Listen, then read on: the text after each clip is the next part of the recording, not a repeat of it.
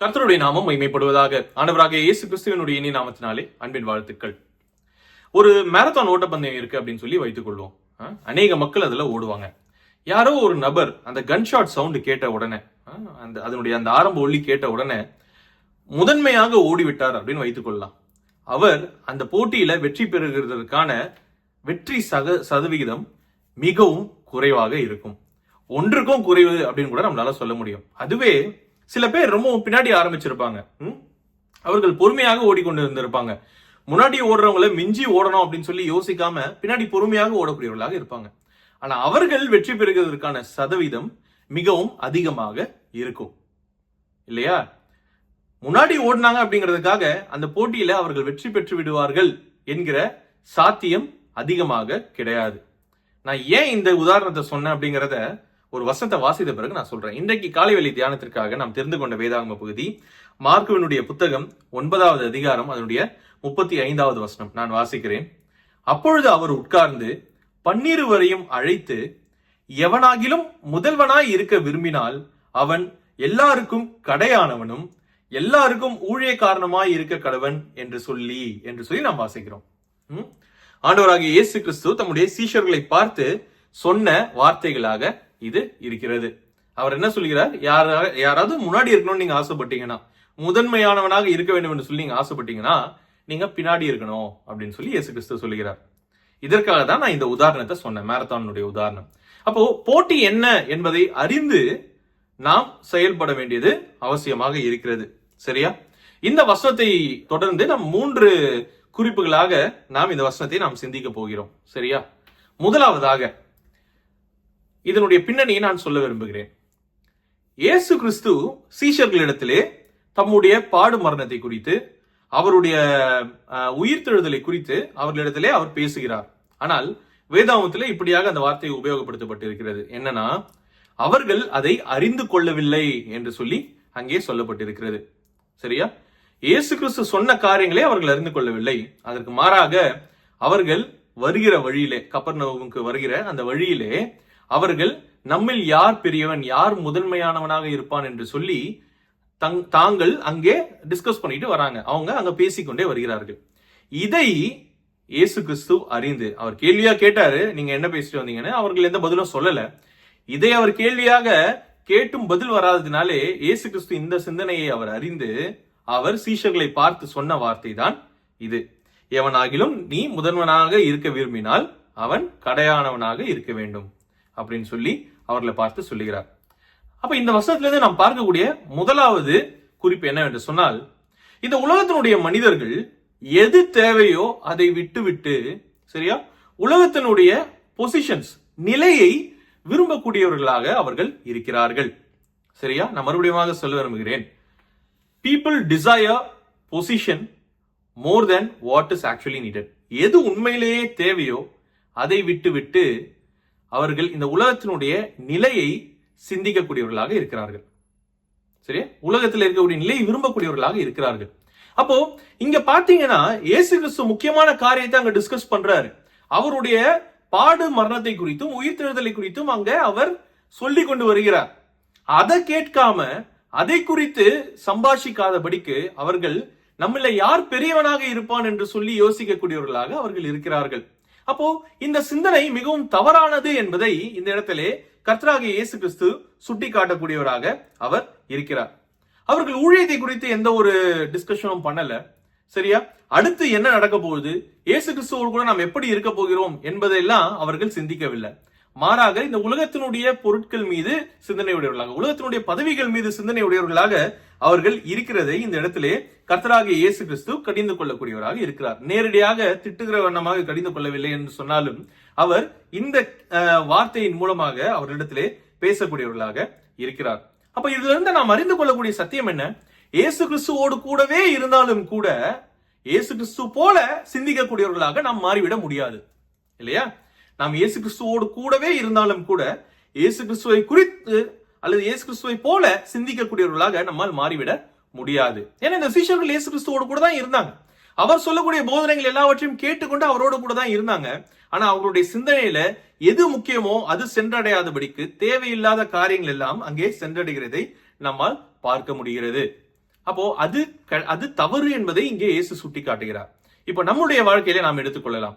நாம் கிறிஸ்துவை குறித்து சிந்திக்கும் பொழுது அவரை பற்றின காரியங்களை குறித்து நாம் அதிகமாக யோசிக்கிறோமா, அல்லது இந்த உலகத்தினுடைய பெருமைகளை குறித்து நாம் அதிகமாக சிந்திக்கிறோமா?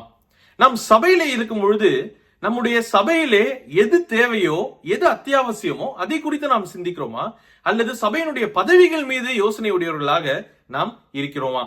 நம்முடைய தனிப்பட்ட வாழ்க்கையிலே கிறிஸ்துவை குறித்து அதிகமாக நாம் சிந்திக்கிறோமா, அல்லது நம்முடைய வாழ்க்கையை எப்படியெல்லாம் உலக பிரகாரமாக நாம் மேம்படுத்தலாம் என்பதை குறித்து நாம் சிந்திக்கிறோமா? இது நம்மை நாமே கேட்டுக்கொள்ள வேண்டிய ஒரு முக்கியமான கேள்வியாக இருக்கிறது. இங்க இயேசு கிறிஸ்து சொல்லக்கூடிய காரியம் என்ன? நீங்கள் எது முக்கியமோ அதை தேர்ந்தெடுத்து அதை சிந்தியுங்கள். இயேசு கிறிஸ்து சொன்னதை இவர்கள் கொஞ்சம் தெளிவாக புரிந்து கொண்டிருந்தாங்க அப்படின்னா, இயேசு கிறிஸ்து மரிக்கும் பொழுது அவ்வளவு சோகமாகவோ அவ்வளவு மன கஷ்டமாகவோ அவங்க இருந்திருக்க மாட்டாங்க. ஏன்னா இயேசு கிறிஸ்து உயிரோடு கூட எழுந்திருப்பார் அப்படிங்கறத இவங்க புரிஞ்சுட்டு இருந்திருந்தாங்க அப்படின்னா இவர்களுக்கு ஒரு நம்பிக்கை இருந்திருக்கும்.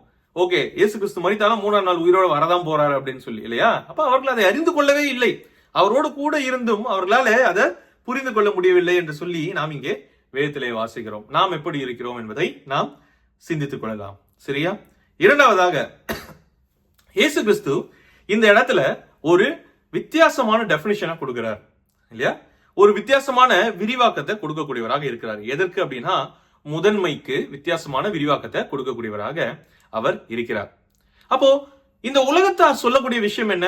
நீ முதல்ல வரணும் அப்படின்னா எல்லாவற்றிலும் நீ முதலாவதாக இருக்க வேண்டியது அவசியமாக இருக்கிறது. நீ எல்லாவற்றிலும் முதலாவதாக இருந்தாதான் உன்னால இந்த உலகத்துல முதலாவது இடத்தை பிடிக்க முடியும் அப்படின்னு சொல்லி உலக மக்கள் எல்லாருமே சொல்லுவாங்க. ஞானிகளும் அதுதான் சொல்லுவாங்க. ஆனா இயேசு கிறிஸ்து இந்த இடத்துல ஒரு டிஃபரெண்டான டெஃபினிஷனை கொடுக்கிறார், வித்தியாசமான ஒரு விரிவாக்கத்தை கொடுக்கிறார். அவர் என்ன சொல்றாரு? நீ கடையானவனாக இருந்தால் முதன்மையானவனாக இருப்பாய் என்று சொல்லி சொல்லக்கூடியவராக ஆண்டவராகிய இயேசு கிறிஸ்து இருக்கிறார். சரியா? அப்போ இயேசு கிறிஸ்துவனுடைய சிந்தனை முற்றிலுமாக வேறுபடக்கூடியதாக இருக்கிறது. இயேசு கிறிஸ்து யோசிக்கிற விதம் எல்லாமே வித்தியாசமானதாக இருக்கிறது, இல்லையா? நம்ம இயேசு கிறிஸ்துவையே உதாரணத்திற்கு எடுத்துக்கொள்வோமே. இயேசு கிறிஸ்து ஒருவேளை நினைச்சிருந்தான்னு வைத்துக்கொள்வோம், அதாவது நான் முதலாவதாக இருக்கணும், நான் மகிமைப்படணும் அப்படின்னா எல்லாவற்றிலையும் என்னுடைய ஹீரோயிசம் இருக்கணும் அப்படின்னு யோசித்திருப்பார்னு வைத்துக் கொள்வோமே. அப்படின்னா என்ன அர்த்தம்? அப்படின்னா இப்போ இந்த உலகத்துல நம்ம பார்க்கக்கூடிய இந்த சூப்பர் ஹீரோஸ் எல்லாருமே அவர்கள் வெற்றி பெற வேண்டும் என்று சொன்னா ஒரு சின்ன காரியத்திலும் அவர்களுக்கு வெற்றி இருந்து கொண்டே இருக்க வேண்டும். அப்படி இருந்தா அவர்கள் கடைசியில மிகப்பெரிய வெற்றியை அடையக்கூடியவர்களாக இருப்பார்கள், இல்லையா? ஆனா இயேசு கிறிஸ்துவனுடைய வாழ்க்கையில் அப்படியே நடந்துச்சு இல்லையே. இயேசு கிறிஸ்து அநேகராலே ஏற்றுக்கொள்ளாதவராக காணப்பட்டார். இயேசு கிறிஸ்து அநேகராலே மிகவும் சபிக்கப்பட்டவராக, அவமானப்படுத்தப்பட்டவராக காணப்பட்டார். இயேசு கிறிஸ்து மற்றவர்களாலே கொலை செய்யக்கூடிய நிலைமையிலே அவர் காணப்பட்டார். ஆனால் இதெல்லாம் தான் அவரை மகிமைப்படுத்தியது. கல்வாரி சிலுவையில இயேசு கிறிஸ்து தொங்கின பொழுது இந்த உலகத்தினுடைய மனுஷர்களுக்கோ அவரை சுற்றி நின்று பார்த்த எல்லா மனுஷர்கள் எல்லாரை பொறுத்த வரைக்கும் அவர் ஒரு தோல்வி அடைந்த நபர். ஆனால் இயேசு கிறிஸ்து அதே கல்வாரி சிலுவையில அவருடைய மரணத்தின் மூலமாக தானே மகிமைப்பட்டார். அப்போ எது முக்கியம் என்பதை இந்த இடத்துல நம்மளால புரிந்து கொள்ள முடிகிறது, இல்லையா? ஆண்டவராகிய இயேசு கிறிஸ்து அவர் மரித்ததுதான் முக்கியம், இல்லையா? அதுதான் அவரை மகிமைப்படுத்தியது. ஒருவேளை இயேசு கிறிஸ்து மரிக்கல அப்படின்னா அந்த மகிமை அவருக்கானது கிடையாது. அப்ப இயேசு கிறிஸ்துடைய மரணம் அவரை மகிமைப்படுத்தியது, அவருடைய உயிர்த்தெழுதல் அவரை மகிமைப்படுத்தியது. அப்போ எது நம்மை மகிமைப்படுத்தும் என்பதை நாம் சிந்தித்து பார்த்து அதிலே நம்மளுடைய சிந்தனையை செலவிட வேண்டியது அவசியமாக இருக்கிறது என்பதை நாம் மறந்துவிட வேண்டாம். மூன்றாவதாக இந்த பகுதியிலிருந்து நாம் கற்றுக்கொள்ளக்கூடிய காரியம் என்ன? இந்த வசனத்திலே நாம் வாசிக்கிறோம், அவன் கடையானவனாக இருக்க வேண்டும், அதே நேரத்திலே அவன் எல்லாருக்கும் ஊழியம் செய்யக்கூடியவனாக இருக்க வேண்டும் என்று சொல்லி நாம் வேதத்திலே வாசிக்கிறோம். எல்லாருக்கும் ஊழியம் செய்யக்கூடியவனாக இருக்க வேண்டும். நாம் முதன்மையாக இருக்க வேண்டும் என்று சொன்னா நாம் முதலாவது நபராக எல்லாவற்றிலையும் வெற்றி பெறக்கூடியவர்களாக இருக்க வேண்டும் என்று சொல்லி இயேசு கிறிஸ்து சொல்லாதபடிக்கு ஊழியக்காரனாக இருக்க வேண்டும் என்று சொல்லி சொல்லுகிறார். இதுலையும் நாம் கர்த்தராகிய இயேசு கிறிஸ்துவை உதாரணமாக எடுத்துக்கொள்ள முடியும். நம்ம என்ன வசனம் வாசிக்கிறோம்? குமாரன் எதற்காக வந்தார்? அவர் ஊழியம் கொள்ளும்படி வரையாதபடிக்கு ஊழியம் செய்யும்படியாக வந்தார், இல்லையா? அப்போ இயேசு கிறிஸ்துவே ஊழியம் செய்யும்படியாக வந்தார் என்று சொன்னால் நாம் எம்மாத்திரம்?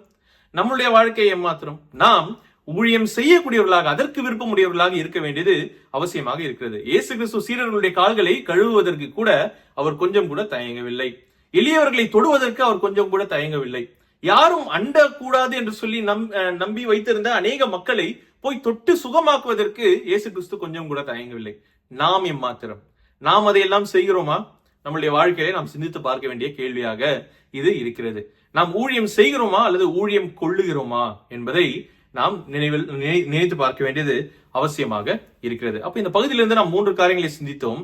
முதலாவதாக, இயேசு கிறிஸ்துவோடு கூட இருக்கிறோம் என்பதனாலே நமக்கு இயேசு கிறிஸ்துவனுடைய சிந்தனை வந்து விடாது. நாம் எது முக்கியமோ அதை தேடக்கூடியவர்களாக இருக்க வேண்டும். உலகத்தினுடைய பதவியின் மீது ஆசை இருக்கிறவர்களாக நாம் இருக்கக்கூடாது. இரண்டாவதாக நாம் பார்த்தோம், நாம் முதன்மையாக இருக்க வேண்டும் என்று சொன்னால் நாம் பின்னானவர்களாக இருக்க வேண்டும், கடையானவனாக நாம் இருக்க வேண்டும். இயேசு கிறிஸ்து யோசிக்கிற பிரகாரமாக நாம் யோசிக்க வேண்டும். அப்போதான் கடைசியில் இருக்கக்கூடியவன் எப்படி மகிமைப்படுவான் என்பதை நம்மால் புரிந்து கொள்ள முடியும். மூன்றாவதாக, யாரெல்லாம் முதன்மையாக இருக்க விரும்புகிறார்களோ அவர்கள் ஊழியம் செய்யக்கூடியவர்களாக இருக்க வேண்டும். ஊழியம் கொள்ளுகிறவர்களாக இல்லாதபடிக்கு ஊழியம் செய்யக்கூடியவர்களாக இருக்க வேண்டும். இது எல்லாம் நம்முடைய வாழ்க்கையில நம்ம பிராக்டிஸ் பண்ண நாம் கிறிஸ்துவை போன்றவர்களாக மாறுகிறதற்கு ஒரு படி முன்னாக எடுத்து வைக்க முடியும். கர்த்தருக்கு சித்தமானால் வரக்கூடிய நாட்களிலே பரிசுத்த ஆவியானவருடைய உதவியோடு கூட நாம் இத்தகைய வாழ்க்கையை வாழ்கிறதற்கு அவர் நமக்கு உதவி செய்யட்டும். கர்த்தருடைய நாமம் மாத்திரமே மகிமைப்படுவதாக. ஆமென்.